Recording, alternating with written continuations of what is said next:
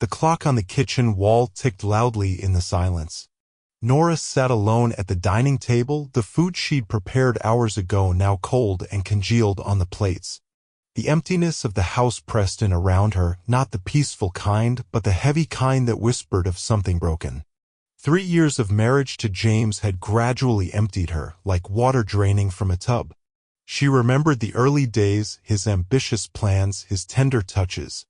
That man was gone now. In his place lived a hollow-eyed stranger who barely looked at her anymore. The mounting bills scattered across the table told a story she didn't want to read. Eviction notices. Final warnings. Their savings had disappeared months ago. Nora's fingers trembled as she gathered the untouched dinner plates. Upstairs, their 2 children slept peacefully, unaware of the cliff their family was about to tumble over.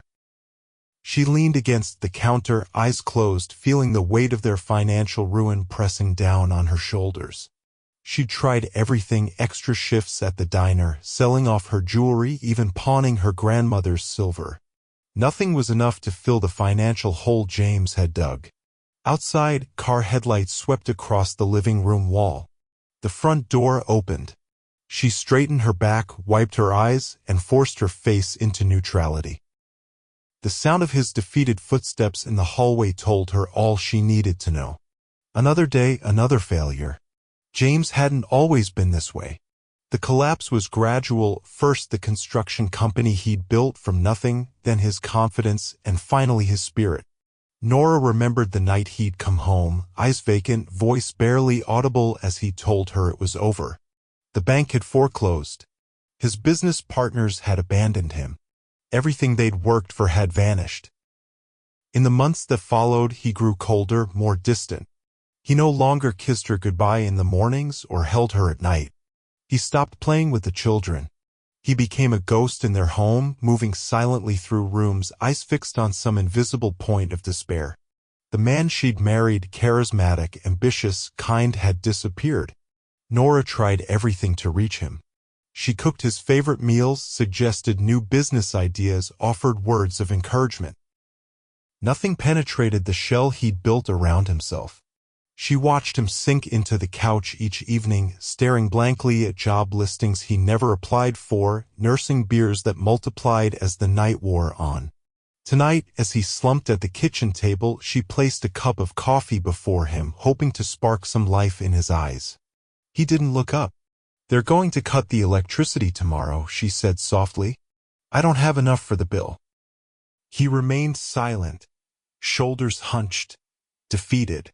The distance between them stretched wider than ever, a gulf she no longer knew how to bridge. It happened on a Tuesday evening. The children were asleep upstairs. The house quiet except for the dripping of the kitchen faucet Nora couldn't afford to fix. James sat across from her at the table, his face partially hidden in shadow. "I met someone today," he said, his voice oddly flat. "A guy who runs entertainment services." Nora waited, confusion creasing her brow. "He's looking for women. Says the pay is good." The words hung in the air between them. At first she didn't understand, or rather, she refused to understand. Then slowly, horribly, his meaning crystallized. "No," she whispered, her voice catching. "You can't possibly be suggesting. We need the money, Nora." His voice remained eerily calm. "We'll lose the house. The kids will be on the street." She stared at him, this stranger wearing her husband's face. "It would just be temporary," he continued, not meeting her eyes. "Until I find something. Until we get back on our feet." Nora felt the room tilt sideways. Bile rose in her throat. "You want me to sell myself?" Her voice was barely audible. "For you." His silence was her answer. She searched his face for any sign of the man she'd married. Any hint of shame, regret, love. There was nothing. Just empty calculation. Her hands began to tremble. "I can't believe you're asking me this." He finally looked up, eyes hard with desperation. "I'm not asking." The first night was a blur of shame and disassociation.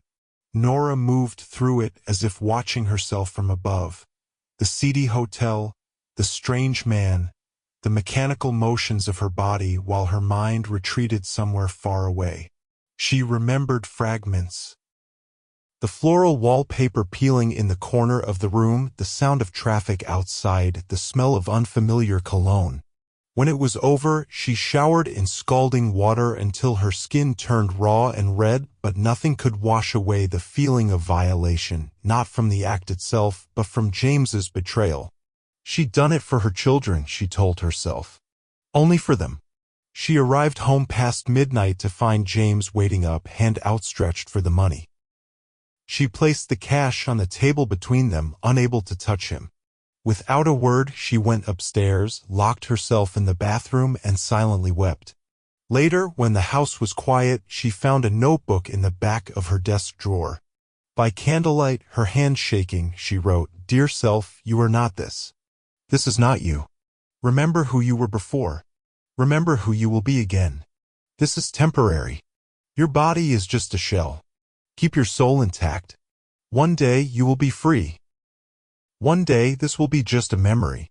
Hold on." She hid the notebook under a loose floorboard beneath her side of the bed and fell into a dreamless sleep. Days turned to weeks, weeks to months. Nora developed routines, mental tricks to survive. She learned to disappear inside herself, creating a separate persona for those nights. At home, she was still mom, making breakfast, helping with homework, reading bedtime stories with animated voices that made her children giggle. She became an expert at compartmentalizing, building walls between her different lives. But the walls were thin. Sometimes she caught her reflection in unexpected places, store windows, the toaster's chrome surface, and didn't recognize herself. The light in her eyes had dimmed. Her smile never quite reached them anymore. James stopped looking at her altogether. He took the money without comment, paid the bills, kept them afloat. They existed in the same space without touching. At night, they slept with their backs to each other, separated by an ocean of silence. The bruises on her soul deepened. She lost weight. Her laughter became rare. Only with her children, 6-year-old Emma and 4-year-old Lucas, did she feel human. She poured all her remaining love into them, protecting them from the truth with elaborate stories about her night job at a hotel reception desk. "Mommy helps people find their rooms," she would explain, forcing brightness into her voice. But sometimes, Emma would look at her with two wise eyes, sensing something wasn't right. "Why are you sad all the time?" she would ask, small fingers tracing the perpetual crease between Nora's brows. Those moments nearly broke her. Every night after her work and after checking that James was asleep, Nora would carefully pry up the loose floorboard and retrieve her notebook. By flashlight, she wrote letters to herself, raw and censored outpourings of everything she couldn't say aloud. "Dear self, tonight he called me pretty. I wanted to scream. I am not pretty. I am hollow. I am a shell walking through life. But I am surviving. For Emma's smile. For Lucas's laugh. Not for him. Never for him again." Some nights, she wrote about her dreams. Of taking the children and disappearing. Of starting fresh somewhere new. Of reclaiming her name and her dignity. Other nights, her letters were dark, filled with despair and self-loathing. "Dear self, I don't recognize my hands anymore. They belong to someone else, someone who does things I never imagined doing. Will I ever feel clean again?" The letters became her therapy, her confession booth, her silent rebellion. The growing collection represented something sacred, the real Nora, preserved on paper, surviving beneath the floorboards while her physical self endured above. She wrote of memories from before, College dreams abandoned, her passion for literature, the poems she used to write. She documented the small moments of beauty that kept her going. Emma's drawing of their family, Lucas learning to tie his shoes, the sunrise she caught after a particularly difficult night. The notebook became her proof that beneath everything, she still existed. The neighbors knew. Not everything, perhaps, but enough. Nora could feel their eyes on her at the supermarket, sense their hushed conversations that stopped when she approached at school pickups. Mrs. Chin from next door used to invite her for coffee regularly. Now she only offered tight smiles and quick nods. The Johnsons stopped asking the children over for playdates. The community that had once embraced them now kept a careful distance, as if her situation might be contagious.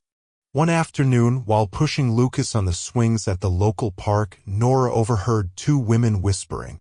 "That's her, the one whose husband, you know. How can she live with herself?"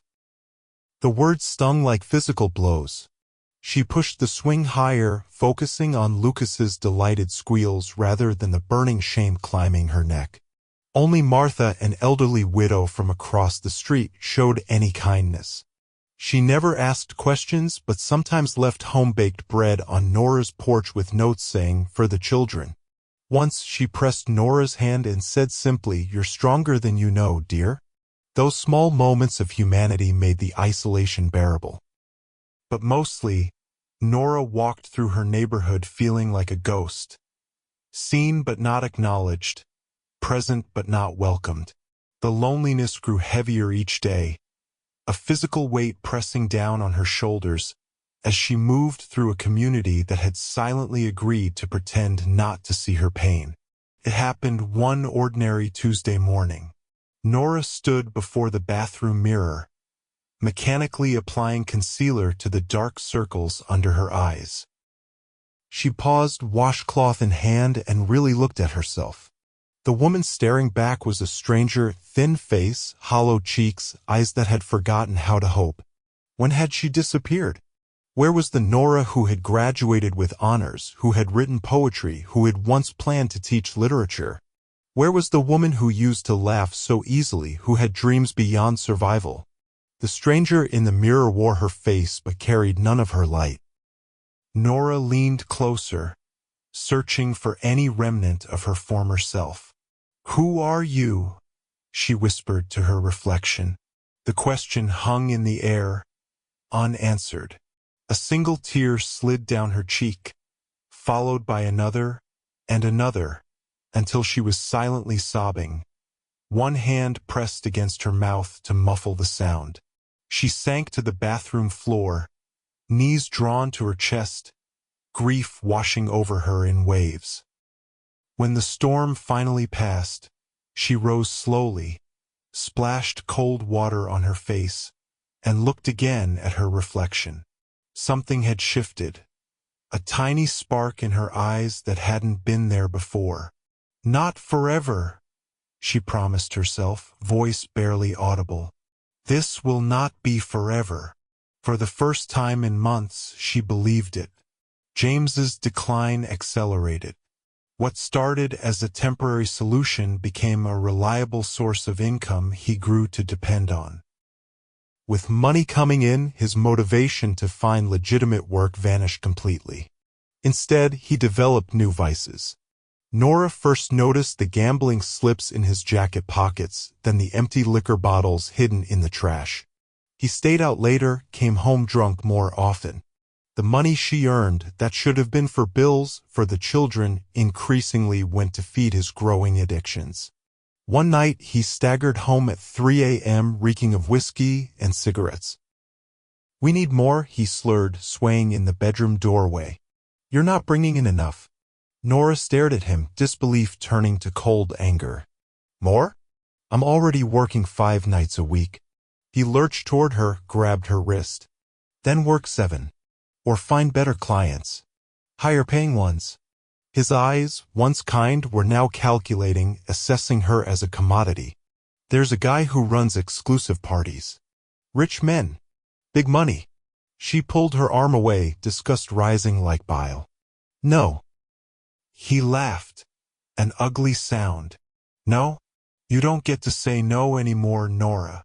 As he stumbled to the bathroom, Nora realized with crystal clarity. This wasn't about survival anymore. This was about power and greed. The man she had once loved was truly gone, replaced by someone who viewed her not as a wife, but as a source of income to fund his vices. His name was David. Nora never knew his last name, just that he was different from the others. Older, with silver-streaked hair and kind eyes that seemed out of place in the dingy hotel room. He didn't touch her immediately like the others did. Instead, he asked if she would just talk with him for a while. Surprised, Nora perched awkwardly on the edge of the bed, expecting a trick. But he simply asked about her day, offered her a glass of water, treated her like a person. When the inevitable eventually happened, he was gentle. Afterward, as she quietly gathered her things, he placed an envelope in her hand. "There's extra," he said softly. "For you. Not for whoever sends you." Nora started to protest. James counted every dollar, but David shook his head. "Hide it. Something tells me you might need it someday." As she turned to leave, he added, "You know, you don't belong here." Nora froze, hand on the doorknob. "You deserve more than this life." The words pierced through her carefully constructed numbness, touching something deep and forgotten. She couldn't speak, couldn't turn around for fear he would see the tears threatening to spill. With a whispered thank you, she slipped out the door. On the bus ride home, Nora clutched the envelope, feeling the extra cash hidden inside. For the first time, she allowed herself to truly consider the possibility she could leave. She could escape. The thought, once planted, refused to die. Nora became a master of small deceptions. Every night after meeting clients, she tucked away a few dollars before giving the rest to James. A 5 here, a 10 there. Amounts small enough that he wouldn't notice in his increasingly drunken state. She created hiding spots throughout the house. Inside an empty pill bottle in the bathroom cabinet, taped beneath the kitchen sink, rolled inside an old lipstick tube. Each hidden dollar represented a step toward freedom.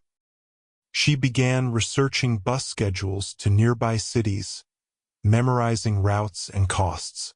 At the library, while the children played in the kids section, she discreetly used the computers to look up women's shelters and assistance programs. She made anonymous calls from payphones, gathering information, planning. At night, her letters to herself changed tone. "Dear self, today I saved another $20. That makes $312 total. Not enough yet, but growing. Every dollar is a brick in the wall between this life and the next." The secret planning gave her purpose, a North Star to navigate by in the darkness of her daily existence. She calculated what she would need: first month's rent on a small apartment, food money, school supplies for the children. With each dollar saved, each detail planned, her resolve strengthened.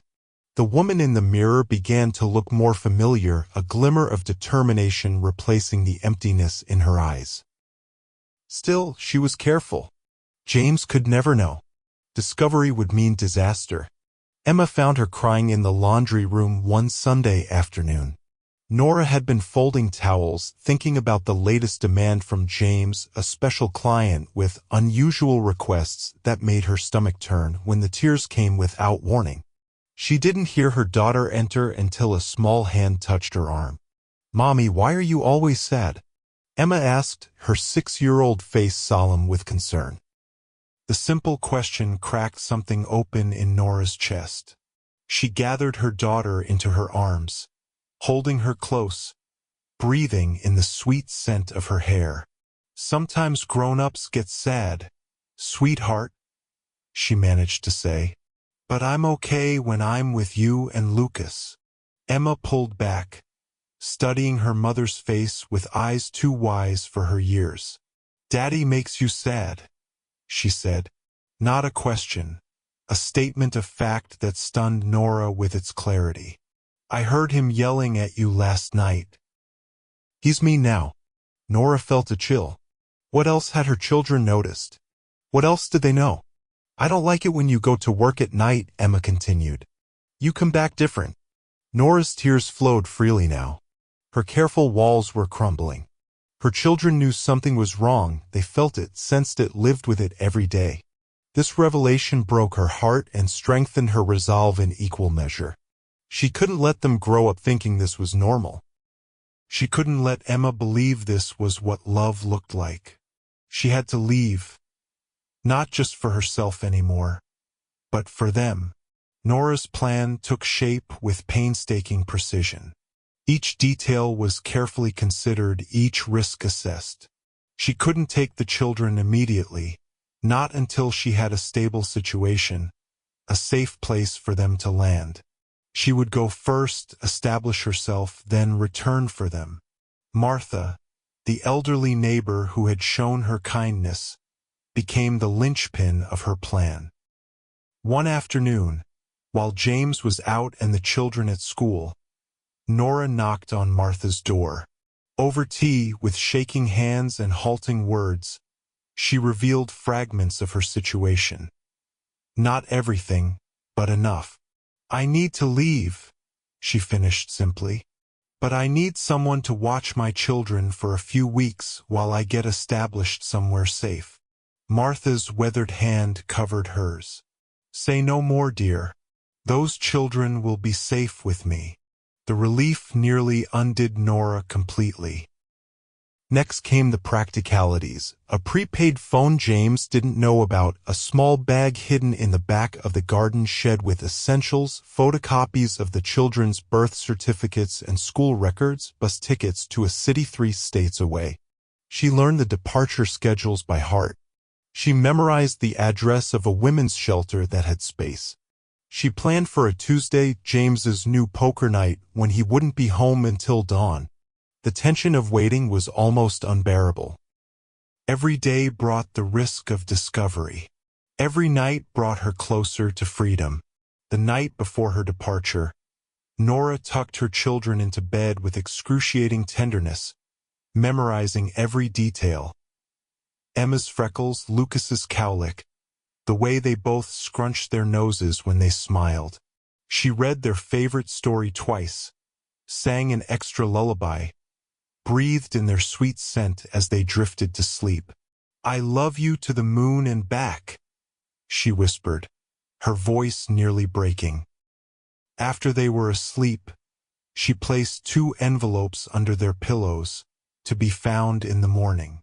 For Lucas, a simple note with words Martha would read to him, promising that Mommy loved him and would see him soon. For Emma, something more. A letter explaining in child-appropriate terms that Mommy needed to go away for a little while to make a better life for them. That she wasn't abandoning them but preparing a new home where they could all be happy together. "Be brave for Lucas," she wrote. "Help Martha. Remember that Mommy loves you enough to become someone you can be proud of." She placed a small heart-shaped locket with her picture inside alongside Emma's letter.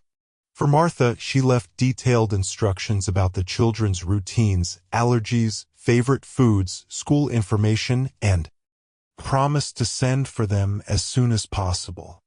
Her legal letter granting Martha temporary guardianship was notarized and ready. She'd thought of everything except how to mend her breaking heart as she kissed their peaceful faces one last time. Tuesday arrived with merciless normalcy. Nora made breakfast, packed lunches, walked the children to school as usual. She hugged them longer at the gate, whispering, "I love you," with quiet intensity. They skipped inside, unaware that everything was about to change. At home, she waited until James left for work, then retrieved her hidden bag from the garden shed. She took nothing obvious, no photos from the walls, no significant keepsakes that would signal a permanent departure. Just clothes, her precious notebook of letters, and the money she'd saved. She changed into nondescript jeans and a hoodie, pulled her hair back, donned sunglasses.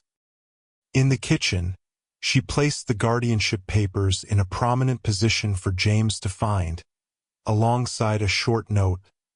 There with Martha. Don't try to find me. She wouldn't give him the satisfaction of explanations or accusations. Her silence would speak for her. At the front door, she paused, her hand on the knob. 3 years of horror, of degradation, of survival, all culminating in this moment. Fear crawled up her spine. What if she failed? What if she couldn't make it on her own? What if James found her? She closed her eyes, summoned the image of her children's faces, and stepped outside. The spring air hit her face like a promise. Without looking back, she walked to the bus station, climbed aboard the 11:45 heading east, and disappeared. The women's shelter in Baltimore was clean but sparse, a converted school with dormitory-style rooms and shared bathrooms. Nora arrived with $843 to her name and a heart full of both terror and hope. The intake counselor, a former domestic violence survivor herself, recognized the look in Nora's eyes. "You're safe here," she said simply. For 2 weeks, Nora barely left her room, jumping at shadows, expecting James to appear around every corner. Gradually, the knot of fear in her chest began to loosen. She attended the shelter's job readiness workshops, updated her long-dormant resume. Her first position was janitorial work at a hospital. Night shifts that paid poorly but didn't ask questions. She worked double shifts whenever possible, saved every penny. After a month, she had enough for a security deposit on a tiny studio apartment in a shabby but safe neighborhood. It was hardly bigger than a closet, a pull-out sofa, kitchenette, bathroom with a shower that ran either scalding or freezing. But it was hers. She bought second-hand furniture, thrift store curtains. At night, she called Martha from payphones to check on the children. "They miss you," Martha would say, "but they're okay. Emma is being so brave." Nora worked, saved, built her new life brick by exhausting brick. She sent money to Martha for the children's needs. She avoided using credit cards or anything that could be traced. She dyed her hair, changed her last name. The margins of society became her hiding place, anonymous, invisible, safe. 6 months into her new life, Nora enrolled in a community college writing course. The instructor, noticing her talent, encouraged her to submit a personal essay to a small literary magazine. Writing had become her salvation. Each night, she would open her notebook and continue the letters to herself, documenting her journey from victim to survivor.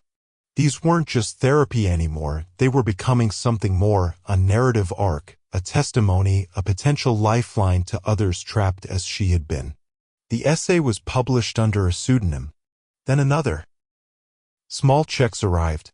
Readers wrote to the magazine asking to hear more from this mysterious new voice. One night, staring at her growing collection of writings, Nora made a decision. She would turn her letters into a manuscript, not for money or fame, but as an act of reclamation. The words flowed like blood from an open wound, raw, painful, but ultimately cleansing. She wrote about the degradation, the shame, the tiny rebellions that kept her soul intact.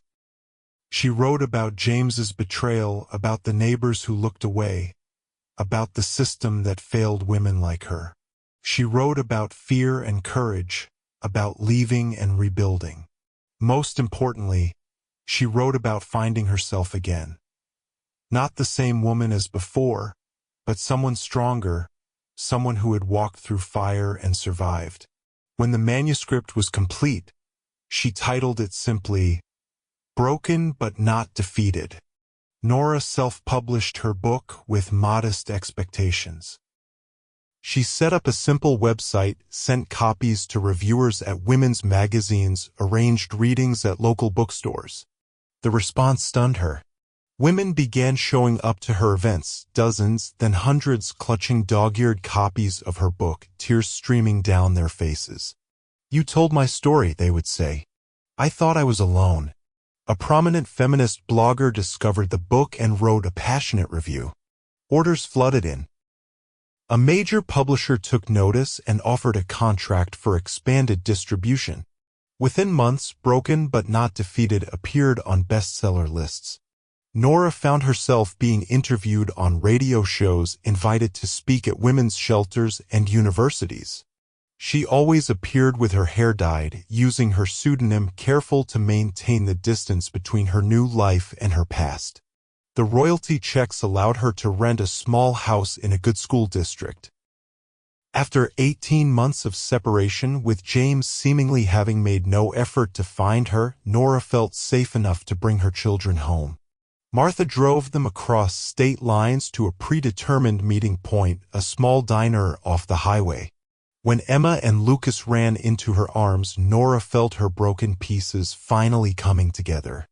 That night, in their new home, she tucked them into beds of their own and promised, "We're going to be okay now." Really okay? 5 years after her escape, Nora stood on a stage at a women's empowerment conference, facing an audience of thousands. Her book had been translated into 27 languages.